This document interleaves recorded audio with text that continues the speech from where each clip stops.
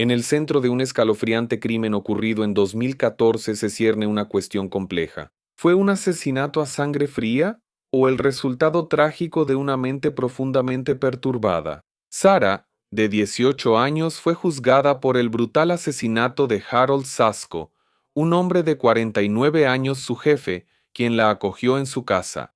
Sin embargo, nadie sabía exactamente lo que sucedía entre cuatro paredes. Mientras que, para muchos, ellos vivían como padre e hija, parecía que existía ahí una explotación del estado mental de la chica, inundado de chantajes y amenazas, al mismo tiempo que él pagaba por cirugías plásticas para ella, como una rinoplastia y la aplicación de silicona en los glúteos para que pudiera verse más bonita.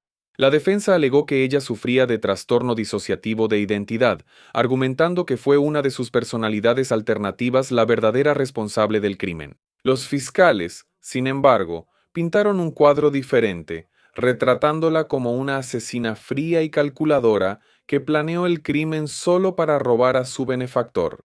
Hoy, ustedes conocerán el caso de Sarah McLean.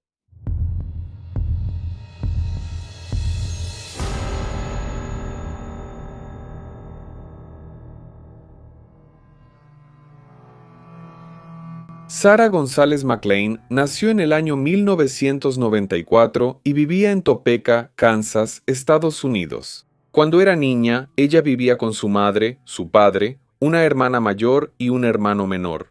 Al principio de su infancia, todo era muy tranquilo en su vida.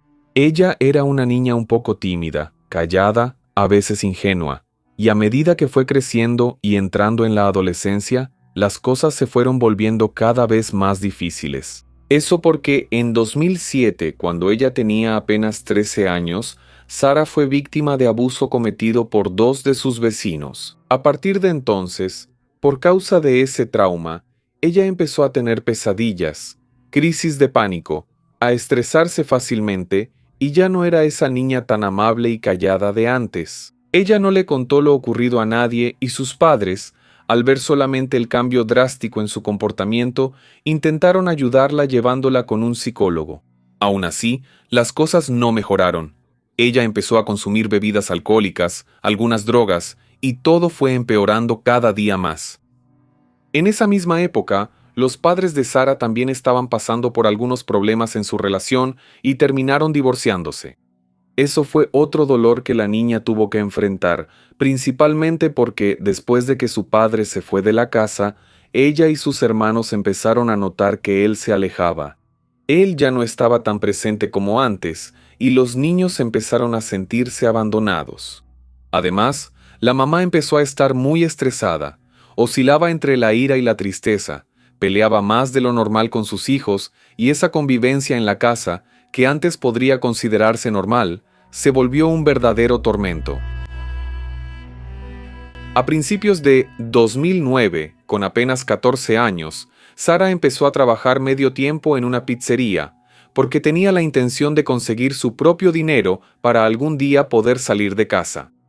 La pizzería donde empezó a trabajar era de un hombre llamado Harold Michael Sasko, de 47 años, propietario de 3 sucursales. Harold era descrito por su familia como un hombre muy correcto, bondadoso, que siempre quería ayudar a las personas. Era divorciado, tenía 3 hijos ya adultos que vivían con sus respectivas parejas y por eso Harold residía solo en una casa enorme. Sin embargo, esa descripción que la familia dio sobre él no coincidía con la descripción dada por los empleados. Los empleados de las pizzerías dijeron que él tenía un comportamiento algo extraño, a veces acosador, principalmente con respecto a las mujeres, pero solo con las mujeres del equipo, no con las clientas. Lo que hacía esto más delicado era que la mayoría de las empleadas eran chicas que trabajaban medio tiempo, por su edad. Tenían entre 14 y 17 años, y según el propio gerente de la pizzería donde Sarah fue a trabajar, Harold siempre le decía que le diera preferencia a los currículums de las chicas de hasta 17 años. Según el jefe, las chicas jóvenes atraían a un público mayor, pero según los empleados, esa no era la verdadera intención. Además, Algunas de las empleadas decían que él siempre hablaba con ellas sobre la vida fuera del trabajo, preguntando cosas sobre la escuela, la familia, etc. Él siempre estaba intentando acercarse más a las chicas, en una relación más allá de jefe y empleada, y eso no era muy bien visto por buena parte de ellos. Cuando Sara empezó a trabajar ahí, eso también le pasó a ella. Harold empezó a acercarse, a sacar plática, como intentando volverse su amigo. Pero ella no vio ninguna mala intención en eso. Y como no tenía muchos amigos, y en casa su vida era un completo caos, vio en su jefe la oportunidad de, a veces, poder desahogarse. Sara le contaba sobre su día a día, sobre sus problemas familiares, sobre la razón por la que buscó trabajo tan joven, para poder ahorrar dinero y salir de casa, y los dos se fueron acercando cada vez más. Harold empezó a comprarle regalos, en varias ocasiones la recogía en la escuela para ir al trabajo, y la relación se fue volviendo cada vez más cercana. Según Sara, como él la trataba muy bien y le prestaba mucha atención, ella empezó a ver a su jefe como una figura paterna.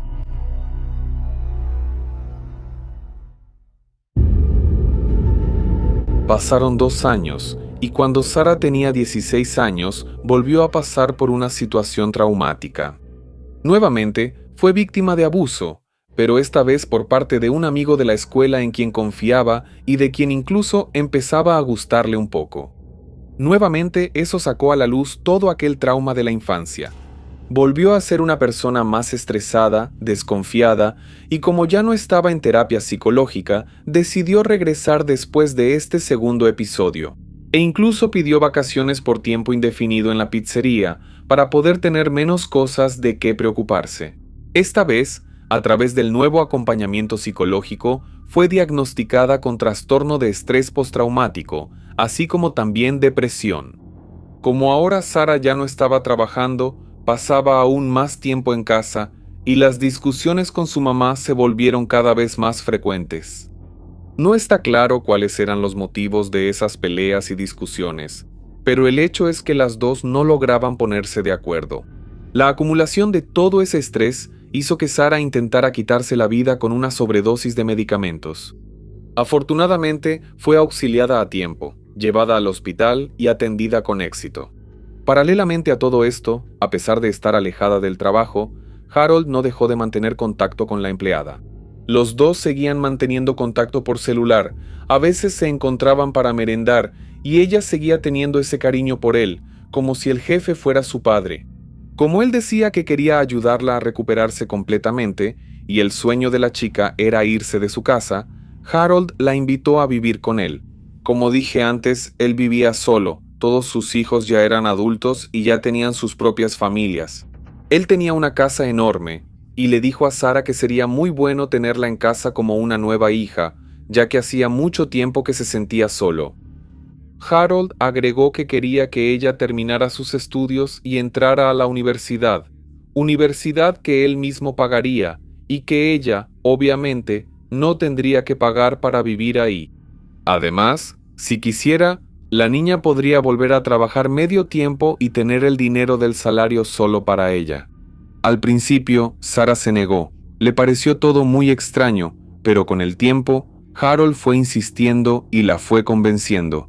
Y, meses después de graduarse de la preparatoria, ella aceptó la propuesta de él para vivir allá e iniciar una carrera universitaria. En ese momento, en 2013, ella tenía 17 años y él 49. Los dos se conocían desde hacía apenas unos 3 años, y en el fondo eso era extraño a los ojos de Sara, una empleada yéndose a vivir con el jefe.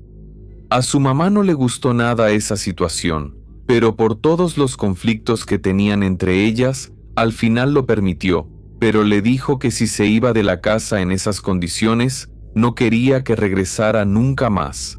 Sara entonces, pensando que ya no tenía nada que perder, hizo su maleta y se fue. Al principio todo era realmente muy bueno. Harold compraba todo lo que ella quería, él pagaba todas las cuentas, ella no tenía que preocuparse por absolutamente nada y siguió trabajando en la pizzería, guardando solo para ella el dinero que recibía. Y para completar esa situación, que obviamente no tiene nada de normal, En cuanto Sarah cumplió 18 años y ya no necesitaba autorización legal de su madre para tomar algunas decisiones, Harold le pagó 2 cirugías plásticas. Según ella, él había insistido y la convenció de hacerse una cirugía en la nariz para afinarla un poco más y otra para la aplicación de silicona en los glúteos. También había planes para una nueva cirugía en los senos, también para una aplicación de silicona, pero la convivencia entre los dos empezó a cambiar drásticamente, haciendo que algo completamente trágico sucediera antes de un nuevo cambio en su cuerpo. Harold empezó a comportarse de una manera muy diferente después de las cirugías. Él empezó a hacer insinuaciones sexuales, intentaba seducirla, incluso llegó a decir que, ahora que ella era adulta, tendría que ayudar con los gastos de la casa, pero que él podría perdonar cualquier deuda que ella tuviera, si los dos mantenían relaciones sexuales de forma regular. Ahora, al mirar a ese hombre que antes consideraba como un padre, ella se quedó en shock. Rechazó sus insinuaciones, se encerró en el cuarto y por un buen tiempo intentó evitarlo. Pero Harold siempre aparecía e insistía en el asunto. Cada vez que ella lo rechazaba, él se iba molestando más, hasta el punto de empezar a tratarla extremadamente mal. Él la humillaba, decía muchas cosas horribles sobre su apariencia, le echaba en cara todas las cosas que le había dado a lo largo de los años y que ella tenía una gran deuda con él. Sarah dijo que nunca había pedido nada, que todo le fue ofrecido sin ningún acuerdo de que algo debía ser dado a cambio. Harold sabía que en el pasado, cuando Sarah había tenido algunos problemas con la familia, ella había empezado a usar drogas. Entonces, él empezó a comprar más alcohol para la casa, drogas, y los dejaba en lugares donde ella podía verlos y tomarlos. Él empezó a dejar a la chica alcoholizada y drogada para entonces poder aprovecharse de su vulnerabilidad. Cuando Sarah le dijo que estaba pensando en irse a otra ciudad para empezar una nueva vida, él empezó a chantajearla, diciendo que ella todavía tenía una deuda y que si se iba, él la iba a demandar.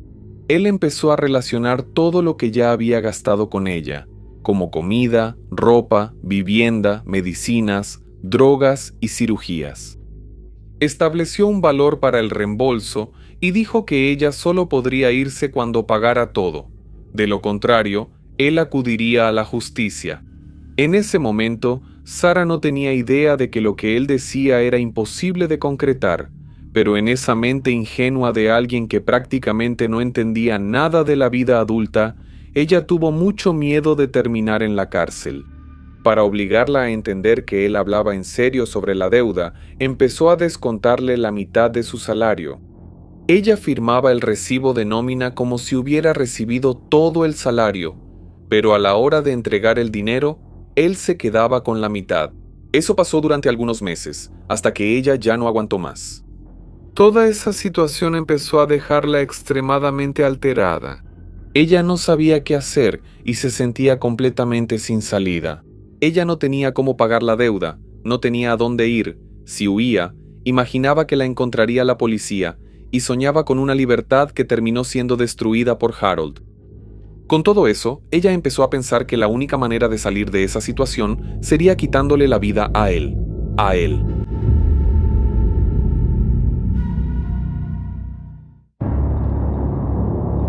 El 21 de enero de 2014, los empleados de la pizzería se preocuparon porque ya era el 4º día seguido que Harold y Sarah no iban a trabajar y tampoco contestaban ninguna llamada. El gerente del establecimiento entonces llamó a la policía y solicitó una revisión para comprobar que estaban bien. La policía fue hasta la residencia, llamaron a la puerta varias veces, pero no fueron atendidos. Dieron una vuelta por la casa y fue cuando miraron por las ventanas que lograron ver a Harold tirado en el suelo de la sala sobre un enorme charco de sangre. Forzaron la puerta, entraron al inmueble y claramente constataron que Harold, de 49 años, estaba sin vida. La víctima tenía las manos y los pies atados y la causa de la muerte en ese primer momento, y confirmada después por el informe del médico forense, fue hemorragia.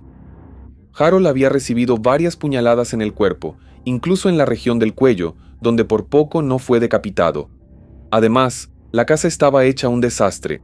Había varias botellas de cerveza esparcidas por los muebles y el suelo, y tampoco había señales de Sarah ni del auto de Harold. Los policías sabían que ella vivía con él porque el gerente que llamó para pedir que comprobaran que estaban bien les dio esa información. Sin embargo, los policías encontraron su celular en el lugar.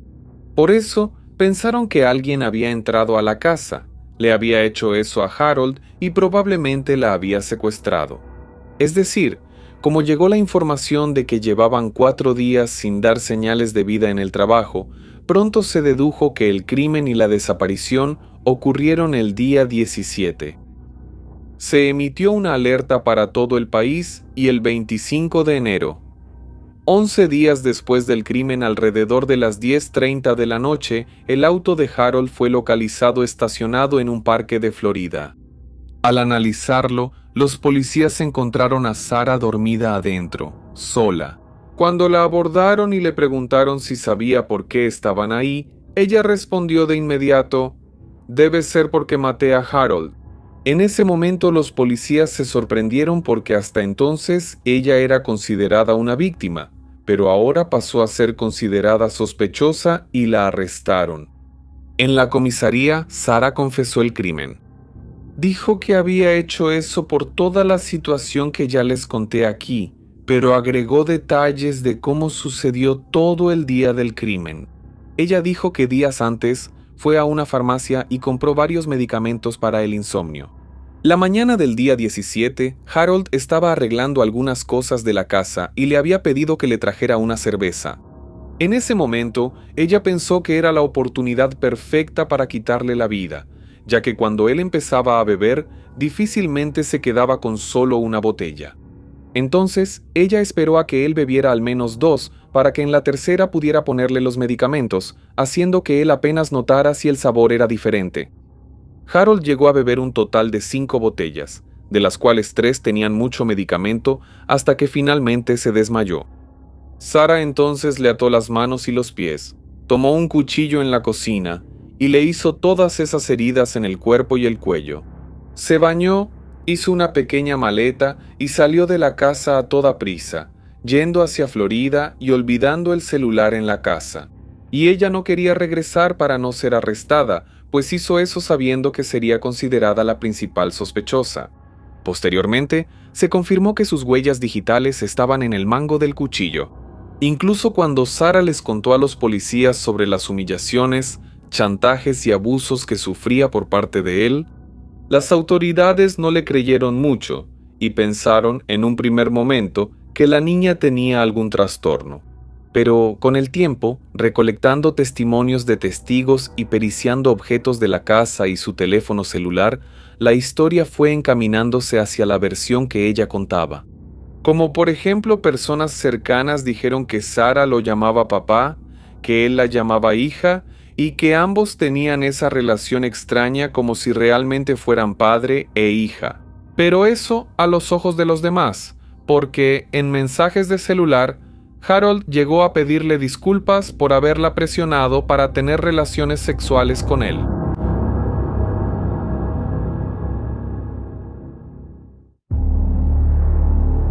En febrero de 2014 comenzó el juicio.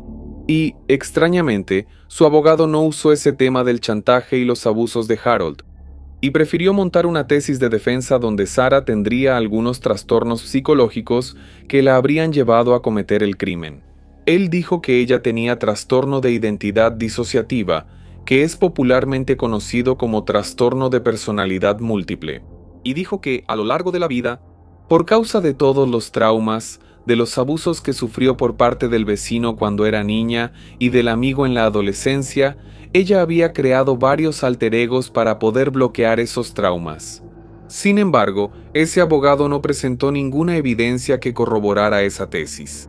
Sarah nunca había sido diagnosticada con ese trastorno. Aún así, el tribunal solicitó una evaluación médica para que las audiencias pudieran continuar. Y después de varias consultas, que sumaron un total de 17 horas, La psicóloga encargada del análisis constató que, a pesar de que realmente sufrió varios traumas a lo largo de su vida que la marcaron profundamente, no pudo constatar ningún tipo de trastorno de identidad disociativa. Su defensa entonces quedó completamente afectada y eso le perjudicó mucho en las siguientes audiencias. Por ejemplo, incluso cuando se resaltaba en el tribunal la cuestión de los abusos sufridos por Harold, la acusación atacaba diciendo que toda la relación era consensual. Además, también se encontraron pruebas de que Sarah ya venía planeando el crimen contra Harold desde hacía al menos un mes. Esto porque se encontraron varias búsquedas en el historial de internet de ella, donde investigaba cuáles eran los puntos más vulnerables del cuerpo humano y cuáles eran los puntos más críticos en el cuello. Y todo eso coincidía con el estado en que él fue encontrado. Más de un año y medio después del inicio de las audiencias, el 4 de septiembre de 2015, el juicio llegó a su fin. Sarah fue considerada culpable de homicidio en primer grado y recibió la pena de prisión perpetua, con posibilidad de libertad condicional. Después, ella llegó a presentar una queja con nuevos abogados, diciendo que su defensor público anterior no la había defendido de la manera que ella deseaba. Al final de cuentas, él había seguido adelante con una estrategia en la que creía que la dejaría el menor tiempo posible en prisión. Y a pesar de que ella no tuvo derecho a un nuevo juicio, Sarah obtuvo el derecho a la revisión de la sentencia. A principios de 2021 salió la nueva decisión. Aunque la cadena perpetua se mantuvo, el derecho a la libertad condicional se redujo a la mitad.